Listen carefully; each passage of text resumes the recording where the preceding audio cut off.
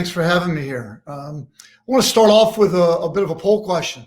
Always good to get to know the audience before I get rolling here. If you can go into the poll, we've got a simple yes, no question for you. Do you have integrity? Yes or no? It's not a trick question. Let me know your view on whether you have integrity or not, and I'm going to get back to the poll results. I'm going to fill mine out here. And I'll be getting back to the poll results in a second, but I want to, while you all are contemplating that question, I'm going to go back 2,400 years to ancient Greece. Back in that time, there was a philosopher known as Diogenes. Some of you philosophy majors may remember Diogenes. Diogenes was famous for giving up all of his worldly possessions. He lived, I believe, in a bathtub. And one thing that Diogenes used to do, his nickname, by the way, was Diogenes the Cynic. And Diogenes used to go to the market during the day. And in broad daylight, Diogenes would walk up to people in the marketplace carrying a lantern. And he would take his lantern and he'd come up and stick it right in people's faces like this. And when asked what he was doing, Diogenes would respond, "I'm looking for a person of honesty. I'm looking for a person of integrity." Now, as you might think from someone who has the nickname Diogenes the Cynic, Diogenes claimed to have no luck at all when he was going through the market. He claimed that he could only find rascals and scoundrels. And I bring up the story of Diogenes today because it seems whenever we go online, we are like Diogenes. Everywhere we look, we are surrounded by rascals and scoundrels. The headlines are incredible, right? Our politics, our business leaders, a new business leader seems to be let go every week for a romantic relationship with a junior employee. There are, companies like Facebook and Google and WeWork and Amazon, Boeing, Volkswagen, the list goes on and on of the rascals and scoundrels of the business world. We are surrounded by it. And, it's interesting. There are a number of studies that show trust in the world. The Edelman Trust Survey is probably the most famous. The Edelman Trust Survey has been tracking trust for decades. And the latest study shows that trust is at an all-time low. Trust in government, trust in the media, trust in business. And so it is fascinating to see how we are now in a world where the microscope is out. We are all looking for bad behavior. There are examples of it everywhere. Let's look at the poll results, because you would expect the poll results maybe to reflect this. So I'm looking at the poll. The results are 100%. Everyone in the audience has integrity. And I would expect a lot of HR professionals to be here today, so perhaps it's not surprising, but isn't it interesting? Every audience I attend, every audience I do a talk to, everyone in the audience thinks that they've got integrity. Yet we are surrounded by rascals and scoundrels wherever we go. We all think we have integrity, yet no one trusts each other. And we are looking at headlines every day that get more and more discouraging. Now, some might conclude that the world is just getting worse and worse. I think what is happening is that the world is changing. We are connected as a world in ways that we have never been before. We used to be able to run in our separate lanes and go about our business. Today, the world is so connected that we are all in lanes that are getting closer and closer and closer together. And as we get closer and closer together as a world, we start to collide. And as these collisions occur, trust becomes more and more important. Trust is really the fundamental baseline, the currency by which all human interaction can occur. And trust is something that is affected by two things, according to science. It is competence. Do we believe that the other person is competent? And two is integrity. Do we believe that the other person is motivated to do the right thing? And actually, of the two, science teaches us that integrity, a belief in someone else's integrity, and the the desire to do the right thing is actually the more powerful driver of the two. So as we are now colliding in this new world, there are no secrets. Integrity used to be doing the right thing even when no one was watching. Well, today, everyone is always watching everything. Information is at our fingertips. When I was growing up, there were 3 news stations. And if it was on one of those news stations, we knew about it. Otherwise, we didn't. Today, we are all our own news station. We all do a newscast whenever we go online to post on social media. We actually carry around our camera crew with us in the palm of our hands every day. It's called our smartphone. And we do broadcast. We see something, we immediately share it with the world. And this ability in this connected world for us all to do our own broadcast fundamentally changes everything. Take Susan Fowler at Uber, her famous memo, her famous blog post, a mid-level employee at Uber, fundamentally changed the entire direction of that company. In this new world, things come at you quickly. And if you're in the HR world or you're a leader, this is frightening in an organization, right? Because you never know what's going to hit. There are no secrets. The world comes at you very, very quickly, and it's not always fair. In this world, it's important to remember that integrity is a powerful double-edged sword. That is, it is something that can take your business down and take your brand down and take your leaders down in a heartbeat if you don't get it right. Yet on the other hand, integrity can be a powerful wind at your back. You see, employees today want more than just a paycheck. They want to work at a place that they're proud of. They want to work at a place that has values consistent with their own values. And if they work at a place that they believe has integrity and is doing good in the world, this is a powerful motivator for them. They will want to work at a company like that. They will work harder, and they will recruit their friends to work at a company that they believe is consistent with their own values. And it's not just employees, it's consumers as well. Data shows that we live in an unprecedented time of where consumers want to do business with people that have values consistent with their own. It's called conscious consumerism. And now the numbers are approaching 80% of consumers identify themselves as conscious consumers. So if consumers believe that you are trying to do the right thing and you want to do good in the world, it can be a powerful boon to your business. So to get this right, the question is, how can you drive integrity into the culture of your company? Now, there's the old way of trying to drive integrity into culture, right? Well, you get a code of ethics. However, the code of ethics is something that usually your law firm sends over, or even worse, someone goes online and copies another company's code of ethics, right? Then you put your company's name at the top and you email it out to everybody in the company and say, check a box and say that you've read this. Everybody knows, of course, that the reason you're doing it is to comply with some legal requirement, right? The irony, right, of stealing a code of ethics from somebody else online. It's rich.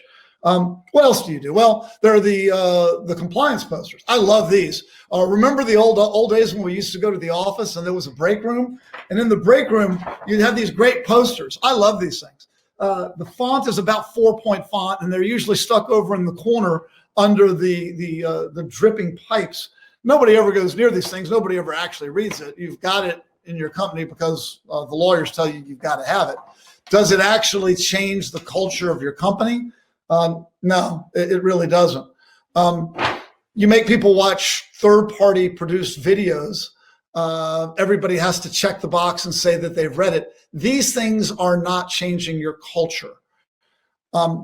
What we need is a new type of integrity, one that is based on authenticity and human interaction. Now, why, you say? Some of you may believe, like I used to believe, that integrity is something either you've got it or you don't. All we need to do is just weed out the bad people, right? And if we weed out those bad folks, then it's all going to be okay.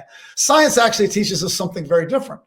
There's a behavioral psychologist at Duke University by the name of Dan Ariely, and Dan does some fascinating experiments with human honesty. One he does is he puts people in a room and he hands out a sheet of math problems. And he tells everybody, I'm not going to give you enough time to do the math problems. I want you to start, do as many as you can. And when I tell you to stop, put your pencil down. So people start doing the math problems. He tells them to stop, put their pencil down. He then says, come up to the front of the room and take your sheet with the math on it and stick it in the shredder. And then as you leave the room, tell the proctor how many math problems you did. We're going to give you $1 for every problem that you tell the proctor you did. Now, so people come up, they stick their paper in the shredder and they head out the door and they collect their money. What Dan doesn't tell them is that he modified the shredder. The shredder only shreds the outer edge of the piece of paper. Dan knows exactly how many math problems everybody did. The question is, what percentage of people lie? On a simple test like this for $1 a problem, what percentage of people lie to Dan about the number of math problems they did? Everybody got a number in mind? The answer may surprise you. I know it really surprised me. Dan's done this number with tens of thousands of people all around the world, different nationalities, different religions. The results are actually consistent. About 70% of people lie in this simple experiment. Now, most people don't lie by a whole lot, right? They lie by a little bit, a problem, 2 problems, 3 problems, 4 problems. It's what Dan calls fudging. And it's a phenomenon in science. And what Dan has come to understand is that as human beings, we all face integrity questions every day. We all are confronted with small issues where we have to make a decision, and we are always tempted to do something that is in our self-interest. That's normal human behavior. Now, what keeps us from going way out on a limb and doing something that's, crazy, lying by 10 problems or 20 problems on a test, for example? And the answer is, even though we're tempted to do the thing that's in our self-interest, we're tempered by a desire to still feel good about ourselves when it's done. In other words, what can we do, maybe in our self-interest, but can we talk ourselves into the fact that it's going to be okay? Can we rationalize our behavior? And if we can rationalize the behavior, if we can talk ourselves into the fact that it's okay to do it, then we're likely to do it. And what we've learned is that organizations that are very creative, if you've got a lot of creative people, or if you've got a lot of really smart people, you're particularly vulnerable to integrity issues. Why? Well, because really creative people are great at coming up with rationalizations about why it's okay to do this little thing, to fudge a little bit on the expense report, or taking a gift from a vendor that you shouldn't take, but you can talk yourself into doing it because there's really no harm. The person's really just a friend. So in this world where we are all tempted to do the thing that's in our own self-interest, what can organizations do to keep people from always doing the thing that lacks integrity? The interesting thing is you can actually influence people. How do you do this? Well, Dan tried a different version of the experiment where at the beginning, before the math problems, Dan told everybody, write down as many of the 10 commandments as you can remember at the top of the page. And then when everybody's had a chance, he then says, okay, now start on the math problems. Now, what does Dan learn by adding this little twist? Well, the first thing he learns is that nobody can remember all the 10 commandments. And in fact, most people can't even remember half of them. But something interesting happens with the results. You see, when people are asked to write down the 10 commandments first, cheating virtually disappears. It goes from 70% to under 10%. Why? Well, it turns out that if you remind people of their better selves, if you remind people of some sort of an order, an ethical, moral order, and by the way, if you can suggest to people that others around them are following the rules and acting with integrity, then they are more likely to act with integrity. You see, silence is the enemy of integrity. Ambiguity is the enemy of integrity. But integrity is contagious. Now, so is bad behavior. The main carriers in this world of integrity contagion are leaders. Leaders are the thermostat. Now, what do I mean by a thermostat? Well, a thermometer takes the temperature of a room. A thermostat sets it. A leader, by their words and actions, sets the temperature, the environment in which everyone in the company operates. So if a leader stomps around and says, we've got to hit this number no matter what. I don't care how you get it done, just get it done. Well, that sets the temperature on one end of the dial. But on the other end, if, for example, a leader sits down with their finance team and says, you know what, when we're doing the numbers, I want to make sure that everything we do in the numbers is by the book. I don't want anything in our numbers that might be misleading to anybody. If any of you feel pressure to do something, I want you to come see me, because we're going to operate this company with integrity the right way. Nobody's going to jail. I don't care if the stock price goes down, it goes down. Now, if you operate that way, you're setting the thermometer in a very different place. And that environment is something that inspires all around the company in the way that you operate. Now, so integrity is something that can be worked on. In fact, it must be worked on. The problem is integrity is an uncomfortable subject. Leaders are uncomfortable talking about integrity. Why? Well, nobody's perfect, right? And you feel a bit uncomfortable talking about integrity because you're afraid somebody's going to look at you and say, well, wait a minute, who are you? I know you. I've seen you, do this, that, or the other. So who are you to tell me about integrity or morality? A lot of leaders say, well, morality, that's not really, this is business, right? This really isn't my place. Well, the truth is, it is your place.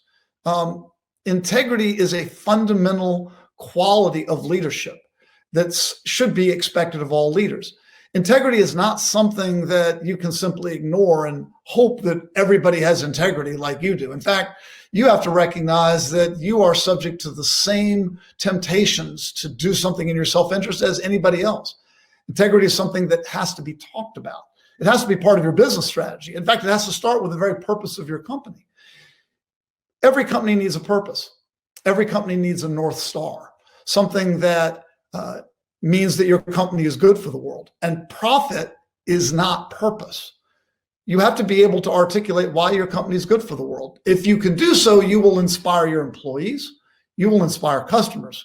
And in fact, we know from studies that companies that are perceived to have integrity actually outperform the market and outperform their competitors. So there's not a difference between doing business and doing good. They're actually fundamentally intertwined. And integrity in the way that your company operates in the world is something that you need to talk about as a leadership team, something you need to articulate, because it will actually inspire your business and set the thermometer in a place, or the thermostat in a place that you're proud of. You could do this in a number of ways. One way that we did it at Airbnb was we created a program called Ethics Advisors. We asked for a minute, well, in so many organizations, ethics is something owned by HR or owned by legal. The irony, you've all heard the lawyer jokes, the irony that integrity is something that has to be owned by legal. Compliance is owned by legal, but integrity is something that's different. So we actually created a program of advisors where we picked employees from all across the company, places all across the globe, departments like marketing, engineering, customer support, finance, the business and the like, and train them on the code of ethics, and then put them out with the team and said to people, if you've got integrity questions, you can come to HR, you can go to our hotline, but you can also just ask the person on your team and they can raise it. One thing that we learned, what was the most popular way to raise ethical issues at Airbnb? It was actually by far with these ethics advisors. People are far more comfortable going to somebody on the team that they know than going to a hotline, because look, like it or not, people don't like going to HR. They don't like going to legal. They don't want to be a whistleblower. But you want to create an environment where people are comfortable speaking up, where transparency is valued, where employees know that it's comfortable and okay to raise their hand and raise a question. Because when you talk about integrity, when people believe that leaders are going to act with integrity and that integrity is rewarded, that environment changes and you are more likely to have a company of integrity. I'll finish with a point that Billy Graham used to tell this story. The story of an Indian chief and his son. The Indian chief looked at his son one day and said, "Son, there are two wolves fighting inside of me. In fact, these two wolves fight inside of all of us. One is the good wolf, and the good wolf is caring, empathetic, thinks of others, constantly strives to live according to a greater purpose and a North Star, thinks of others. And then there's the bad wolf, right? And the bad wolf is selfish, vain, lives in a zero-sum game world where it's all about me and mine, and let's get mine. And the son looked at the father and said, Father, who will win this fight inside of us, the good wolf or the bad wolf? And the father's response was, the wolf that you feed, the wolf that you feed. So as you go back to your organizations after the conference today, I'd ask each of you to think, what are you doing to feed the good wolf in your organization? What are you doing to have authentic human conversation, direct conversation about doing the right thing, acting according to a greater purpose, and doing the right thing in the way that you treat others in an organization? And if you do that, you can create a temperature inside of the organization, driving integrity throughout your culture, and ultimately driving your business.